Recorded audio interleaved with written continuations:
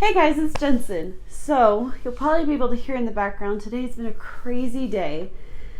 The wind is blowing insanely. I heard in some areas of the state where I live in that it's blowing at 110 miles per hour. No hurricane, but I think at the speed of a hurricane. So, it's been really crazy weather today. It's blowing like crazy outside. In fact, and the power's gone out. In fact, at work today, the power went out and I got sent home, so I've been working from home today. So it's just been a crazy day. Plus, I just heard from my sister-in-law, who lives like 5 minutes away from me, that her power just went out. So I'm expecting it at any moment. So we're going to try to do this as quickly as possible. I don't know how the wind and everything is going to affect lighting. Hopefully it won't be too weird. But without further ado, let's get into what today's video is, which is the top 11. It was supposed to be top 10, but I couldn't cut just one book, so I'm including all of them. The top 11 books that I want to read this fall. So let's get to it. So book one is The Phantom of the Opera by Gaston Leroux. This is a title that people are probably very familiar with. There is a very famous musical and a bunch of movies based off of this book. I've tried to read it a couple of times and just have never been able to finish it because I always feel like reading it around Halloween, and there's only so many days in September, October, November to read books, and so this one just always kind of fell to the wayside. But I really want to finish it this year to say that I've read it. If you don't know what this is about an opera house in, I want to say, the 1700s, I'm not sure, in France, and it's haunted by a phantom, and it's about this girl who is sort of a rising star at the opera, and her sort of entanglement with this phantom. I really love the musical. I love the I don't really like the movie. I like the version where it's the stage play at the Royal Albert Hall. I watch it pretty much every year for Halloween. It is great. The movie's okay, but I just prefer the stage version. So yeah, really excited to read this one. Next we have Mistborn by Brandon Sanderson. Actually, a quick disclaimer about this one. My TBR for September, I had the Lord of the Rings, The Fellowship of the Ring on there, and after watching Daniel Green's video on Beginner's Guide to Fantasy and talking to my brother-in-law, I've decided to replace Fellowship of the Ring with Mistborn for my September TBR.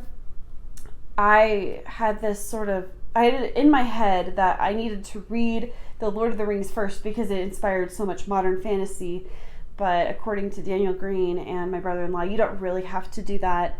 And I know that this book really has gotten a lot of people into high fantasy, so I think this is a good place to start, I'm hoping.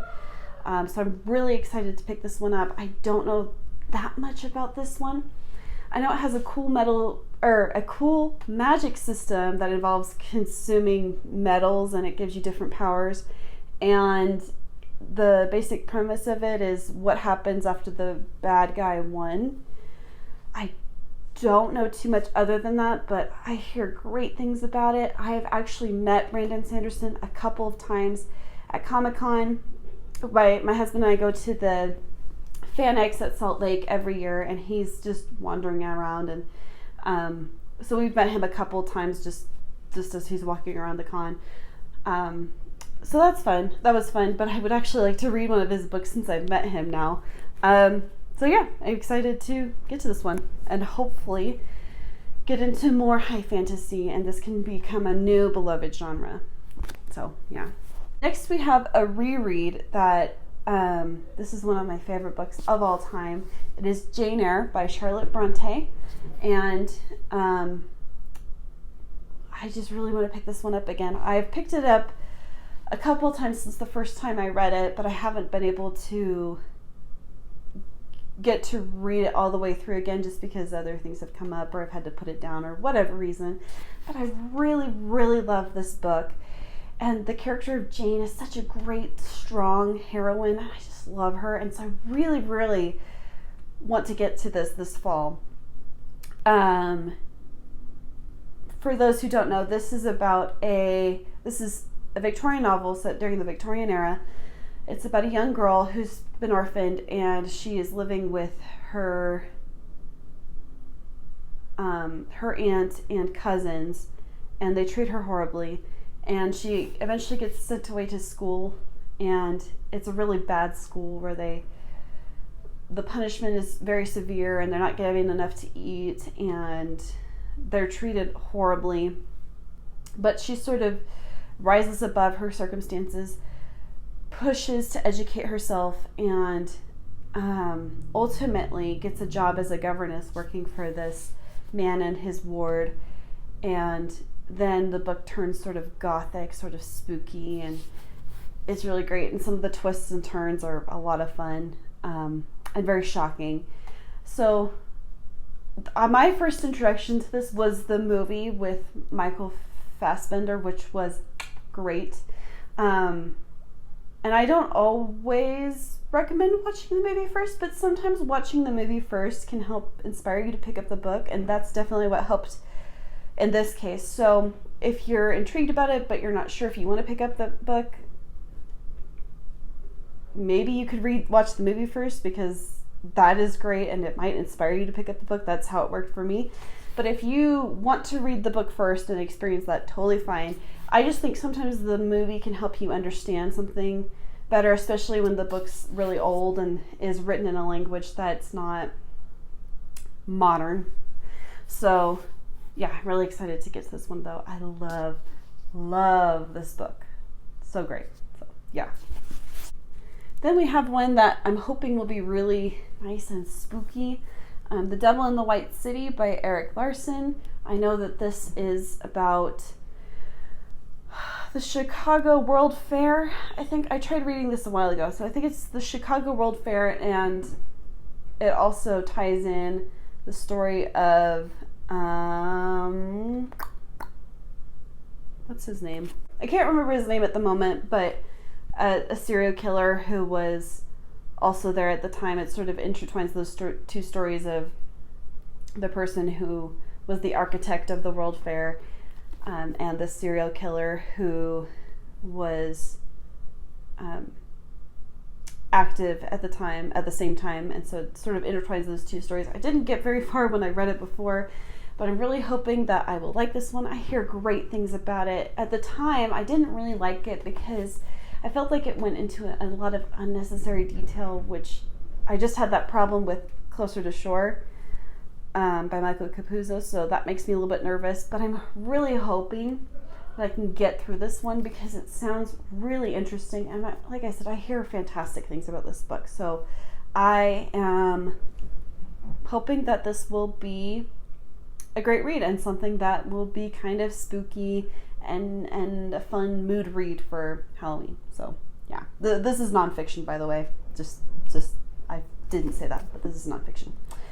Yeah. Then we have a reread for me, The Hunchback of Notre Dame by Victor Hugo. This is a fantastic novel. I really enjoyed reading it when I read it. It's got some great gothic elements to it, so I think it'll just be perfect to pick up around Halloween.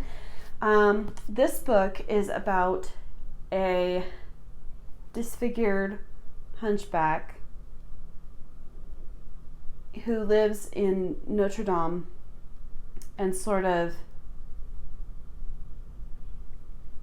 I don't even know how to describe it. It's like the Disney film, if you've seen that, but also very different. It's a lot about the corruption of the church, and I don't know, it's hard to describe. There's a lot of different characters, and it's not quite like the Disney movies, so I don't even know how to describe the plot of this one, but it is very tragic, very dark, very thrilling, and I really love this one, and so I'd like to go back and read it again. If you like the Disney movie, I highly recommend checking this out, because even though it's different, a lot of the same elements they tried to put into the movie. So I really, really love this book. So next we have Rebecca by Daphne du Maurier. This is actually being made into a movie. It's going to come on Netflix. I think it comes on October 21st. It stars Lily James, so I really want to see it, and I need to read the book first because I know I picked this up a few times. It's beautifully written. It's just kind of the same thing where I wanted to read it at a certain time around fall, and just it kind of fell to the wayside. So I really, really want to get to it and actually finish it this time because I hear it is great and thrilling and suspenseful and spooky, and I want that.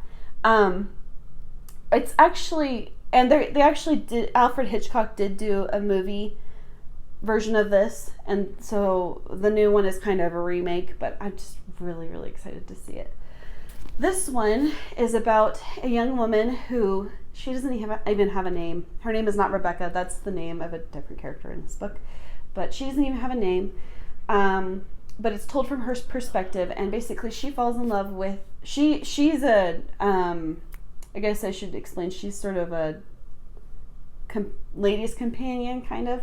She's at this getaway with the lady who she works for. She runs into a very charming, mysterious man. They fall in love, they get married, and then she moves into his grand estate, and she's sort of haunted by his late wife, Rebecca. And she's sort of also haunted by the, what's her name? Or what's the word I'm thinking of? The housekeeper, the creepy housekeeper, also sort of just like haunting her and making her feel inferior all the time. So it's really, really spooky, and you just want to know what's going on. Is there a ghost? Is it all in her mind? I mean, I saw the movie, the Alfred Hitchcock movie, and I read part of the book, and so I can vouch for the fact that it is really gripping and keeps you on the edge of your seat. And I cannot wait to dig into this one and then check out the movie when it comes out. It looks, I saw the trailer this morning. It looks fantastic. So really, really hyped for this. Next we have A Tree Grows in Brooklyn by Betty Smith. I don't know too much about this one.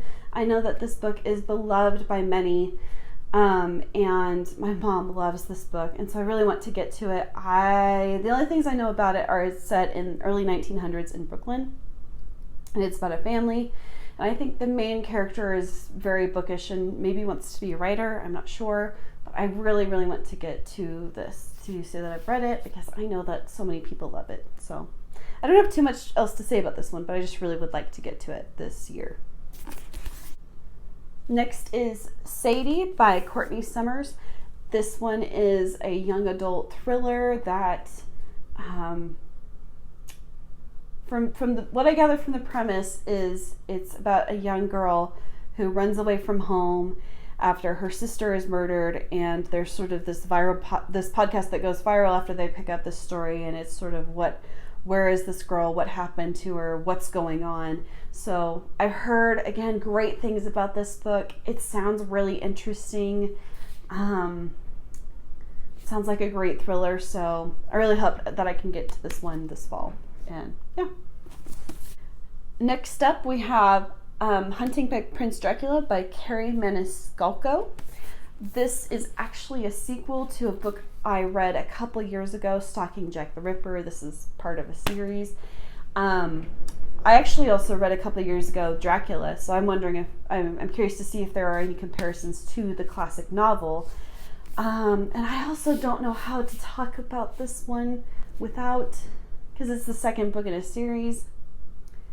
But the first book follows the main character, who's this sort of great feisty heroine who I love. And it's around the time of Jack the Ripper is in the newspapers, and so she's sort of trying to find Jack the Ripper. And so this one is a different setting, and it's sort of the consequences after the end of the first book.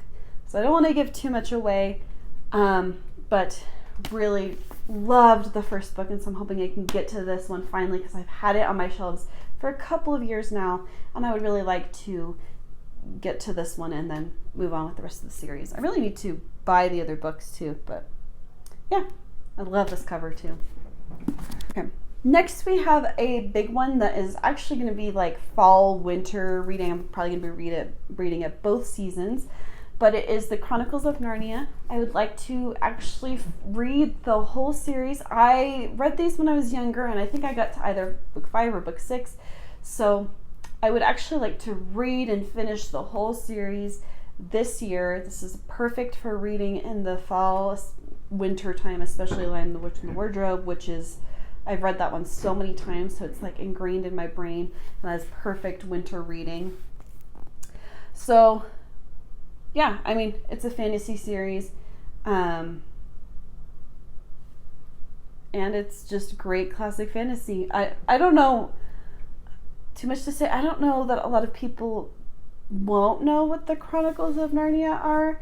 I don't know how to explain what it is because each book goes into something different, but basically each book is set in this magical world of Narnia and kids and their adventures there. It's the classic book where there's the magical world in the wardrobe. That's The Lion, the Witch, and the Wardrobe, which is the second book. Yeah, really, really excited about this one. And finally, one that I was hoping to get to this summer, but I bought it kind of late, so it's still a perfect fall read because it sounds really gothic from the title, Mexican Gothic by Sylvia Moreno Garcia. This is about a woman whose cousin calls her and begs her to come to Mexico, and I think it's this haunted estate. Can't remember exactly from the flap, but something along those lines. And I've heard it described as akin to like the Yellow Wallpaper and Rebecca, and so I'm really, really excited about this. Again, I've heard fantastic things about this book. It's been everywhere. It's a new release this year, so really excited to check this one out. I'm not going to pick up all those books again because they're really heavy, and it was really heavy just doing the thumbnail. But those are the books that I will hope to get to this fall. Thank you so much for watching this video, and let me know in the comments below what books you hope to get to in the fall. And I post videos every Wednesday and Sunday, and I'll see you next time.